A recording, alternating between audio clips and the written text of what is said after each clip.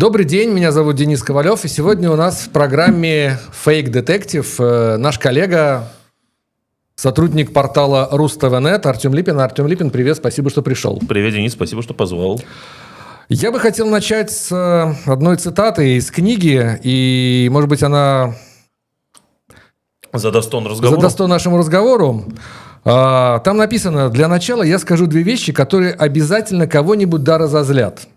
Во-первых, язык, который мы используем, стал стирать грань между выдумкой и фактами. Во-вторых, это становится опасным побочным эффектом недостаточного образования, которое повлияло на целое поколение. В силу этих двух фактов ложь разрослась до неимоверных масштабов, и нам становится все сложнее принимать правильные решения, касающиеся нас самих, а также наших сограждан». Это книга, которая называется «Путеводитель по лжи. Критическое мышление в эпоху постправды», которую написал американский ученый, писатель, психолог Дэниел Левитин. Ну, про постправду мы, наверное, поговорим немножко позже, но что касается молодого поколения. Ты работаешь в электронном средстве массовой информации, в СМИ. До сих пор считается, что электронные средства массовой информации – это вещи, которыми пользуются в основном молодое поколение, скажем так. Многие, конечно, и постарше, но в основном почему-то принято считать, что пользуется молодежь. Сама молодежь, как вы работаете с молодежью, как вы пытаетесь понять, что... Тут смотри как. Во-первых, я бы не сказал, что электронными СМИ пользуются в основном молодежь. Я бы скорее сказал, что традиционными СМИ, газеты и журналы, там целевая аудитория, это там условно, я сейчас говорю, 50-55+. Потом электронные СМИ, это скорее там от 30 до 50, может быть, даже там от 35 до 50. А вот все, что там младше 30, это скорее соцсети, а не СМИ в традиционном их понимании. То есть даже там электронные СМИ все равно, по крайней мере, там уважающие себя, там, например, портал РусТВ, где я работаю, они все равно работают по принципам СМИ, то есть проверки информации, двойного свидетельства, плюс-минус объективной какой-то позиции, не считая некоторых моментов. А соцсети – это просто выплеск эмоций и каких-то зачастую непроверенных вещей и домыслов. И да, и то, как мы там, не знаю, пытаемся привлечь или как с этим бороться, то у нас там есть замечательная редакторка соцсетей Алена, и она занимается конкретно нашими соцсетями, мы пытаемся интегрироваться там. Facebook – это не совсем молодежная соцсеть, но в тот же ТикТок, в Инстаграм, в Телеграм, и пытаться поработать над какими-то форматами, которые могут привлечь более молодое поколение. То есть, например, какое-то время, я не знаю, не могу сказать, что этот формат закрылся, просто я давно туда ничего не выпускал. У нас в ТикТоке был формат «Артем к чаю», «Липин к чаю», где я очень коротко, там, за минуту, за полторы рассказывал какие-то очень важные новости, там, про то, как была организована эвакуация граждан Латвии из Израиля, я помню, у меня был, потому что там было много спекуляций по этому поводу, про победу Трампа я тоже высказался. И это там вещи, у меня вторая профессия учитель, я работаю там в образовательном центре, как раз-таки с детьми, и они часто ко мне подходят и говорят, что видели меня в ТикТоке, имея в виду вот как раз эти вещи, потому что моего личного ТикТока у меня нет. Поэтому да, соцсети — это как бы тот единственный путь, мне кажется, как можно как-то достучаться до то, что мы называем молодым поколением, особенно если мы говорим о там несовершеннолетних людях. Смотри, по поводу соцсетей очень интересный, как сказать, феномен, так называемый, у нас он называется пузырь. Да? По-научному это называется эхокамера, если говорить как бы научным термином. То есть, что это означает? Человек, который подписан на какую-то определенную соцсеть, допустим, там, Facebook, TikTok и так далее, он же не сам выбирает то, что он хочет смотреть, по большому счету, будем откровенны, а то, что ему уже предлагает сама соцсеть, думая, что ему это интересно. То есть, условно говоря, мой Facebook, если я сейчас, допустим, открою, то я там увижу не то, что я хочу, на кого я подписан, а то 30-40%, а то и даже больше, кроме рекламы, конечно, а то, что, по мнению этой соцсети, мне было бы интересно. И плюс еще те люди, на которых я подписан. Каким образом это можно... Я не знаю... Взломать? Да, скорее, может быть, даже взломать, чтобы вот этот эхокамера, этот пузырь как бы стал не таким пузырьком, в котором живут эти молодое поколение, а он стал немножко больше. Ну, скажем, лопнул, и туда стали попадать новости, которые не то, что предлагаются искусственным интеллектом, а то, что хочет читать, допустим. Смотри, это очень такой комплицированный вопрос, я постараюсь его кратко с нескольких позиций рассмотреть. Можно не кратко. Ну, потому что, во-первых, пузырь, это точно, и там информационный пузырь, точно не проблема только молодого поколения. Человек любого возраста, он находится в каком-то своей, ну, как правильно, эхокамере, которая формируется, исходя из его взглядов. Ну, то есть, например, мне было бы некомфортно, если бы я заходил в YouTube, а мне бы там выкладывался, ну, я сейчас там скажу, Бесогон ТВ, которого уже нет на YouTube, но вот в этом смысле, то есть, там, не знаю, какие-то пророссийские, прокремлевские нарративы, мне бы просто было бы от этого некомфортно, и, конечно, там в моем информационном пузыре более какие-то либеральные вещи превалируют. Ну, или там про интересы, я там, не знаю, я не интересуюсь машинами, и поэтому в Ютубе у меня никогда не появится, или очень случайно залетают какие-то Ютуб-каналы как про колесо, машины. да. Да-да-да, и, соответственно, мы не можем пробить этот пузырь без желания человека выйти из этого пузыря. То есть даже если мне будут попадаться какие-то такие ролики в Ютубе, я их не буду смотреть. Но если только мне не надо это по работе. Как мне недавно пришлось посмотреть 5 новогодних огоньков российского телевидения. Очень было весело. Так вот, поэтому все равно начинается желание человека попытаться посмотреть на проблему с другой точки зрения. Это первый пункт. Второй пункт касается того, что любая информация, которая нам непривычна, нам ее осознавать психически тяжело. Я уже позволю себе вспомнить другого американского ученого, Даниэль Канеман. У него замечательная книга «Думай медленно, решай быстро», в которой рассказывается о двух системах работы нашего мозга. Система принятия быстрых решений и уже более осознанная. Он их называет система А, система Б. Не суть. И для экономии режима чаще всего наш мозг использует систему принятия быстрых решений. Из там, хорошего примера, нам выгоднее в каждой палке видеть змею и отпрыгивать от палок, чем не обращать на них внимания и в какой-то момент быть укушенной змеей.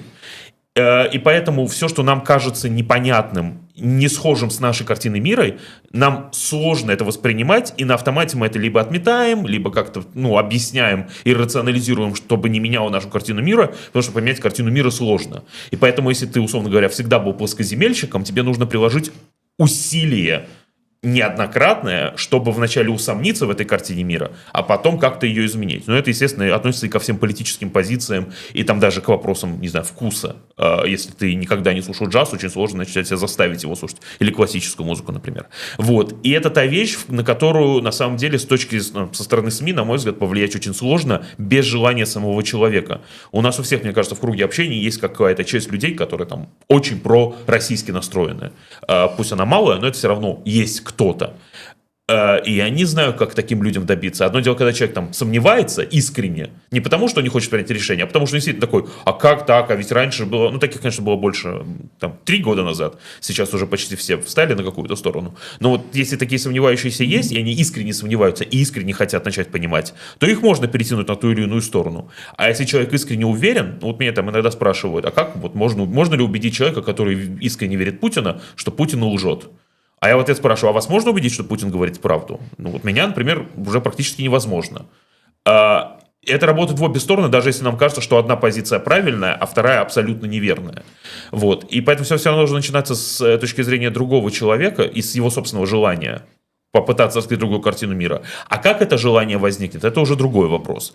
Это что касается конкретно пузырей. Второй вопрос, можно ли вообще попасть в этот пузырь, вообще как-то в него залететь. И это уже вопрос алгоритмов. Алгоритмы Ютуба, они, того же Ютуба, вообще любой соцсети, они не очень и изучены, насколько я понимаю. Они иногда бывают весьма странноватыми. Но возможность пробиться, конечно, есть, используя определенные ключевые слова. То есть я по своему твиттеру, например, вижу, что я интересуюсь не только российской, например, и американской политикой, и у меня в основном, конечно, большая часть твитов, которые мне попадаются, они либеральной направленности, но иногда попадается и что-то, какая-то позиция Трампа или каких-то республиканцев. И она попадается просто потому, что я в целом интересуюсь американской политикой, и оно по краям, каким-то ключевым словам тоже залетает. Поэтому понимать, как работают алгоритмы соцсетей, использовать ключевые слова и пытаться строить свои тексты так, чтобы не сразу испугать потенциального читателя или зрителя.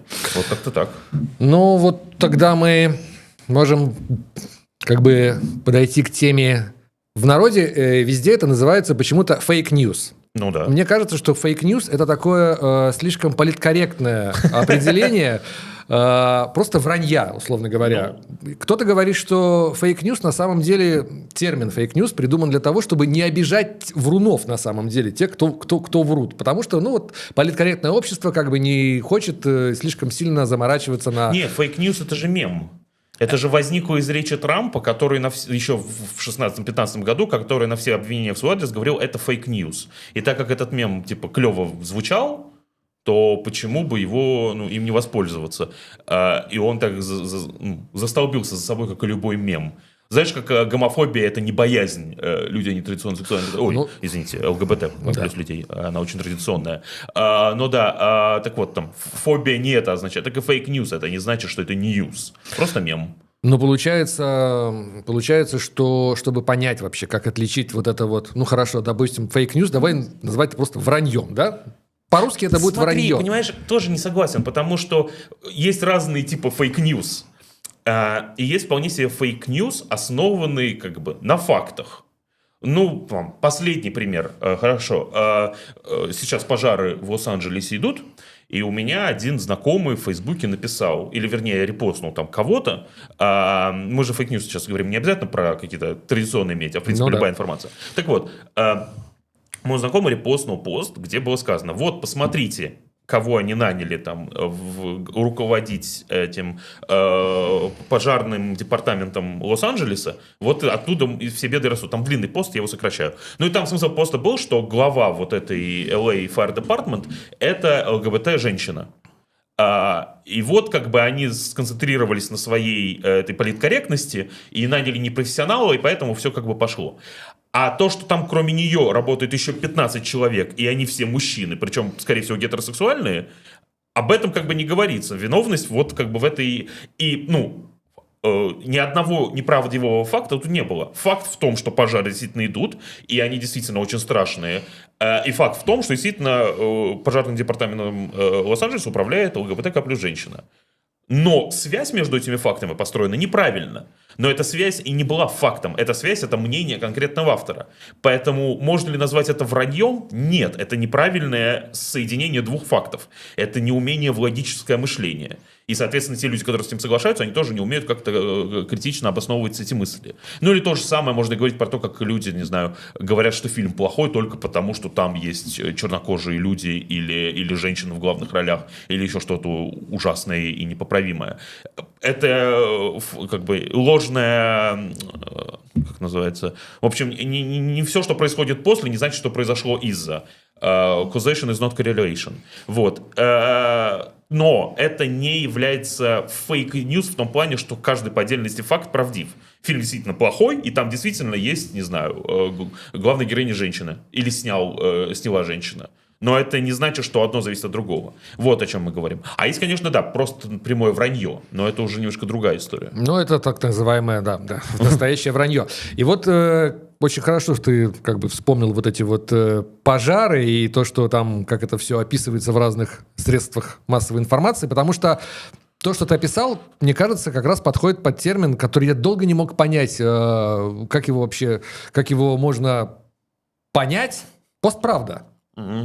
Который в 2016 году, оказывается, стал словом года в Оксфордском словаре. Словом года что только не становилось, честно говоря. И на самом деле постправда, это же... Вот я сейчас пытаюсь зачитать, что это такое. Это когда некое понятие определяет как нечто, относящееся к обстоятельствам или обозначающее обстоятельства, в которых объективные факты влияют на формирование общественного мнения меньше, чем обращение к эмоциям и личным убеждениям. То есть, на самом деле, когда тебе рассказывают, что, допустим, пожарные там не справились с чем-то, потому что из-за того, или, допустим, как недавно на днях сын этого президента Трампа написал, что одна из больших проблем всех этих пожаров, потому что, оказывается, какое-то количество пожарных машин было отправлено в Украину.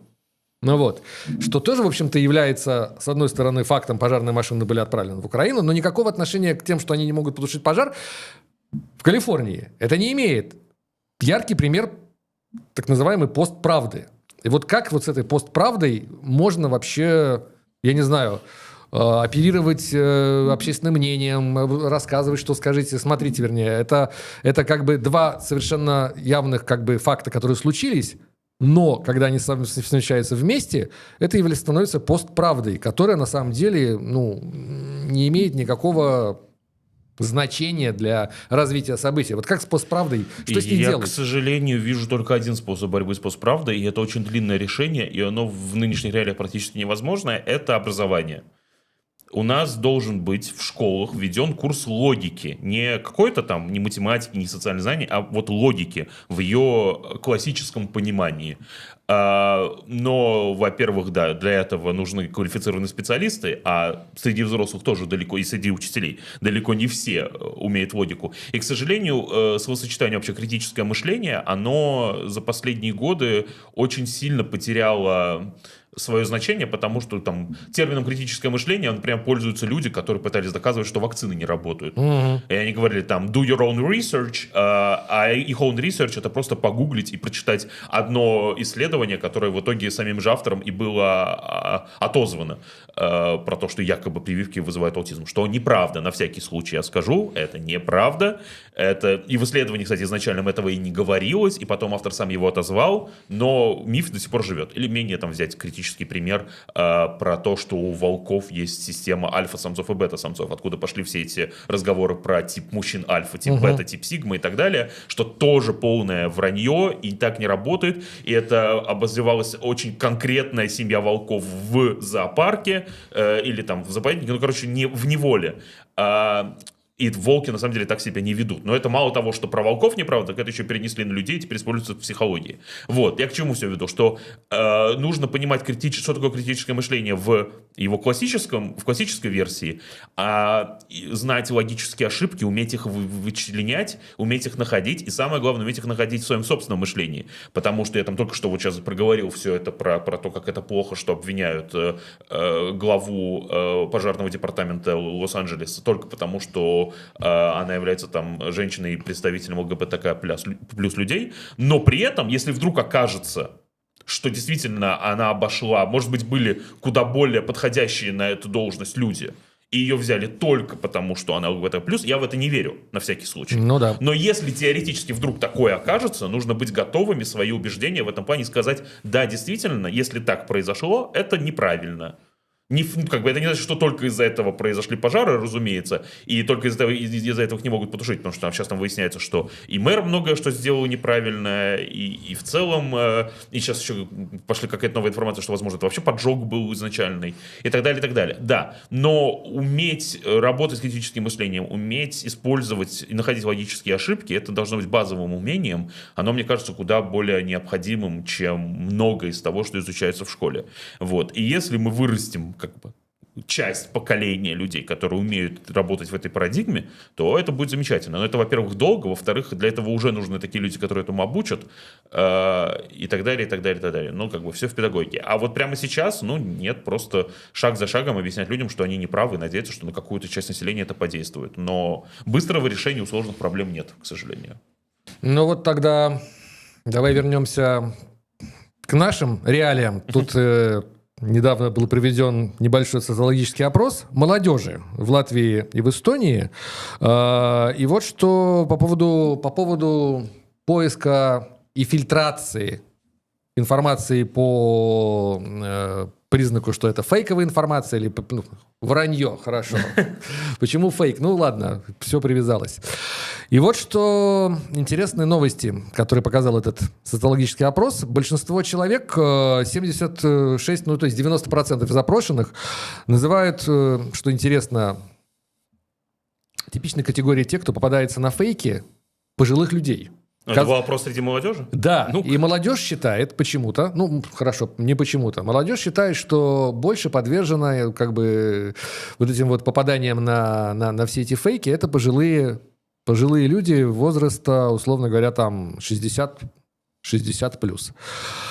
Значительно меньше, всего 14% считает, что и молодежь может попасться на какую-то фейковую. Молодежь может попасться, или молодежь больше попадается? Молодежь может попасться большинство. Каким образом, как это коррелируется, что Если у нас, условно говоря, образование, ну, вот такое вот логическое, как ты рассказываешь, не очень сильно развито, почему молодежь, которая, ну, только начинает, условно говоря, взрослую жизнь, считает, что они неуязвимы, что они знают все, как бы, и что исключительно обманывать могут только исключительно пенсионеров, там, и так далее, и так далее, и так далее. Это же еще Агата Кристи писала про то, что молодежь считают, что старики дураки, но на самом деле и старикам известно, что молодежь глупцы. Что я не точно сейчас процитировал, но не дословно. такой, да. Но как я уже сказал, проще всего замечать логические ошибки и вообще ошибки в поведении других людей. Или распространять чуть шире в представителях другого пузыря.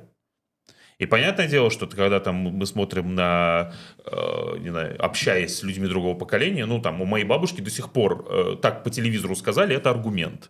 Или так в газете написали. Но обычно это касается только того, с чем она согласна изначально, но как бы дополнительно, ну, это же, вон, там-то, я не по телевизору услышал, вот это, вот это, вот это. И ты пытаешься это как-то опровергнуть, но телевизору она верит больше, чем родному внуку. Ну, как бы. И поэтому я понимаю, что и это не моя единичная история, это как бы у моих друзей тоже периодически происходит и с бабушками, дедушками, и с родителями иногда.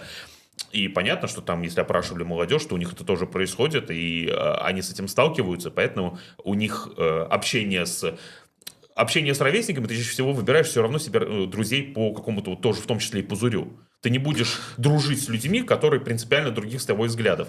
А с родственниками, обычно старшие люди другого поколения, это твои родственники, чаще всего. Ну, мало кто из нас просто так дружит с 70-летним человеком, который не является твоим родственником. Ну, было бы странно. Ну да, это возможно, но такое намного реже происходит.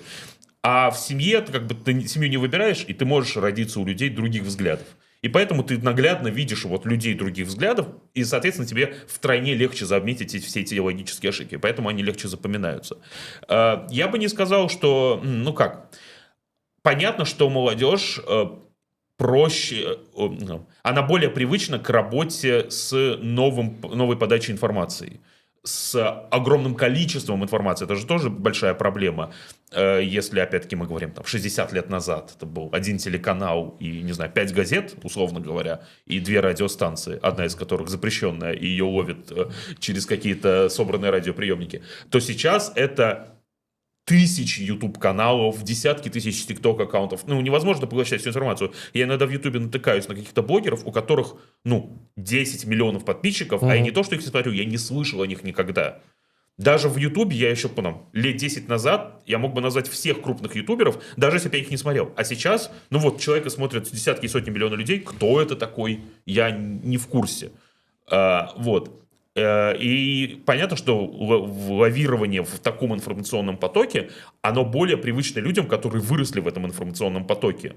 Те люди, там, как говорят про детей, которые не понимают, как экран может быть не тачскрин, и они подходят к телевизору и пытаются в него тыкать. Потому что они выросли со смартфонами и планшетами, и они не очень... Или мне очень тоже это нравится, что как разные поколения показывают телефон. Если ты там пока попросишь людей там, моего возраста и старше показать телефон, они покажут его вот так. А люди младше, они показывают его вот так, потому что они привыкли так держать смартфон.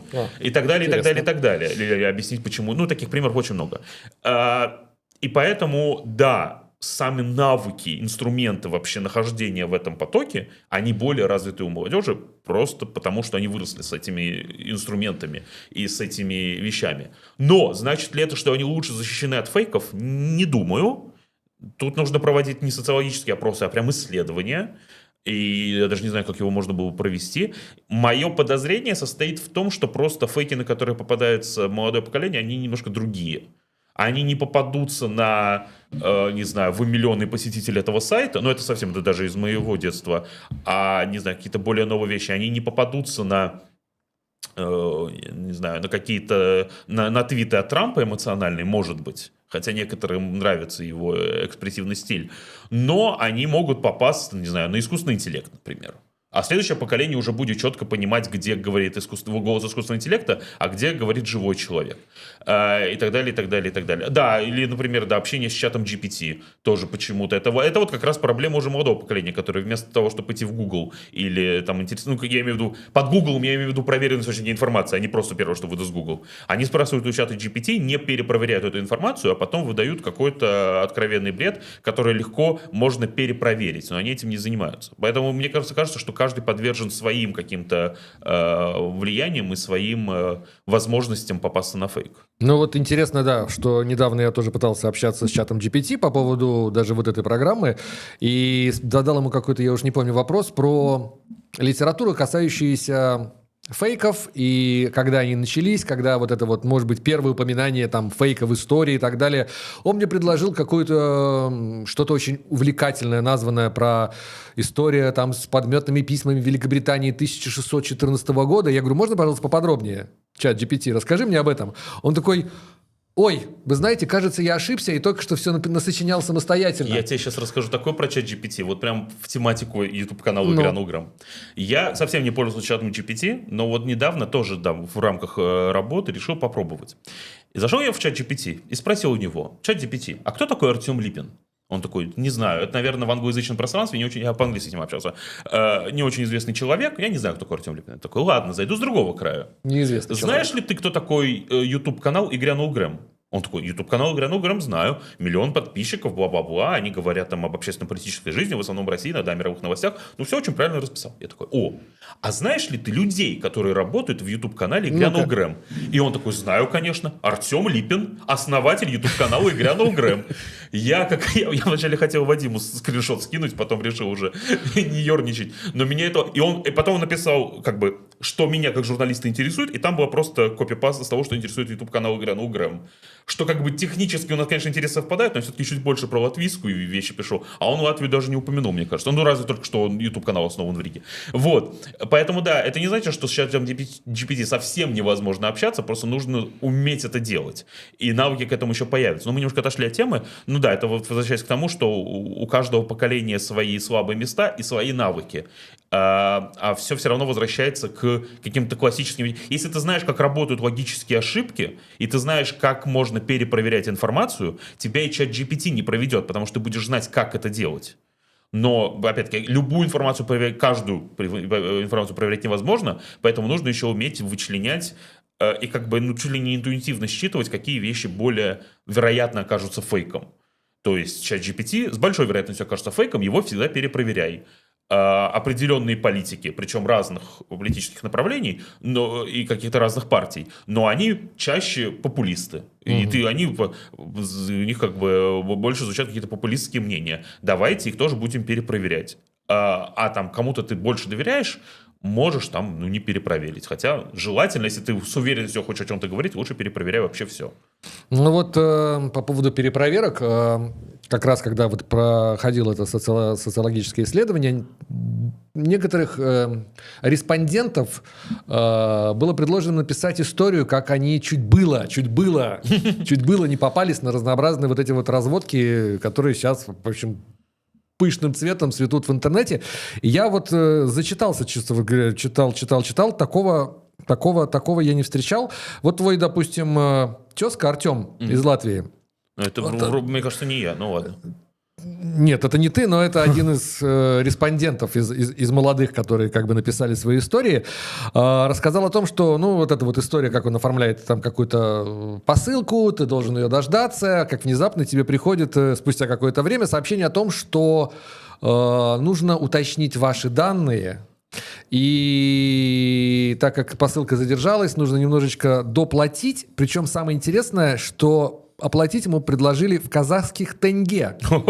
Хотя заказал он из англоговорящей страны. Ну и, разумеется, когда у тебя предлагают тебе оплатить что-то в непонятной для тебя валюте, то в тенге там количество нулей, ты можешь думать, ну сколько? Ну, Артем, твой тезка, проявил инициативу и перевел это дело как бы из тенге в евро. Оказалось, что ему предлагают заплатить 120 евросов. Ну, то есть, как бы слишком много. Это показалось ему, как он написал, слишком дорогим. И в этот момент он понял, что что-то не так. Ну, в результате он начал связываться с официальной компанией, и ему написали, что, разумеется, никакого такого Никаких таких, разумеется, дополнительных плат ему тратить, слава богу, не нужно, и он как бы не заплатил. Но к чему это все веду? Тут очень много историй подобного рода, как вот по поводу миллионного посетителя тоже, кстати, столкнулся один человек, и пришлось ему заплатить, ну как пришлось, его развели на 100, условно говоря, евросов, которые заплатила его мама, потому что была карточка его мамы. Чем больше наше молодое поколение, молодое поколение, которое сидит в интернете, просто уши там только торчат, у них же огромное количество шансов вот попасться вот на такую вот, условно говоря, разводку, но если они не хотят, ну, допустим, по-другому сформулирую, немножко по-другому, люди, которые сидят в своем, возвращаясь к пузырям уже под занавес, да, чтобы натренироваться, я уж не знаю, другого слова не могу придумать, натренироваться, понять, чем отличается правда от той же самой постправды или от фейк-ньюс, которые там, от вранья, они должны регулярно выходить из своих этих пузырей, из эхокомнат, из эхокамер, вернее, и попадать куда-то туда, где они чувствуют себя не совсем комфортно, о чем ты уже говорил. Но без этого никто не сможет научиться отличать как бы правду, факты от того, что было, допустим, придумано для того, чтобы просто вбить в их головы что-нибудь совсем нехорошее. Как бы ты нашему подрастающему поколению посоветовал, ну что, вот ты должен выйти из своего пузыря, это неприятно, это нехорошо, но что для этого нужно, я не знаю, пережить, чтобы ты... Ну, во-первых, я бы не стал концентрироваться на молодом поколении. Как я и сказал, любой возраст, любой социальный статус этому подвержен. Мы можем говорить о каких-то тенденциях и так далее, но говорить о том, что какой-то возраст более опасен, подвержен большей опасности или наоборот меньшей опасности, я бы не стал. И мне кажется, советы, они вполне универсальны по отношению к любому... не знаю, полу, гендеру, возрасту, не знаю, и так далее, религиозной направленности. А что касается советов, мне кажется, что, во-первых, самое главное понимать, что не нужно проверять все, потому что это очень опустошительно. И перепроверять всю информацию, а потом ты же перепроверяешь ее как другую информацию, значит, ее тоже нужно, по идее, перепроверить и так далее. Это бесконечность, и так никто не делает, и так невозможно жить.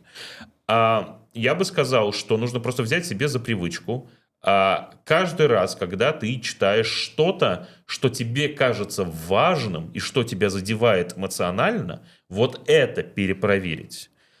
И в какой-то момент у меня лично есть такая штука, опять, она точно не 100%, ни в коем случае, не пытаюсь сделать тут себе какого-то гуру, но когда ты находишься часто в потоке информации, возникает такая немножко интуитивная штука, когда ты шестым чувством, тебе кажется, что-то тут не то.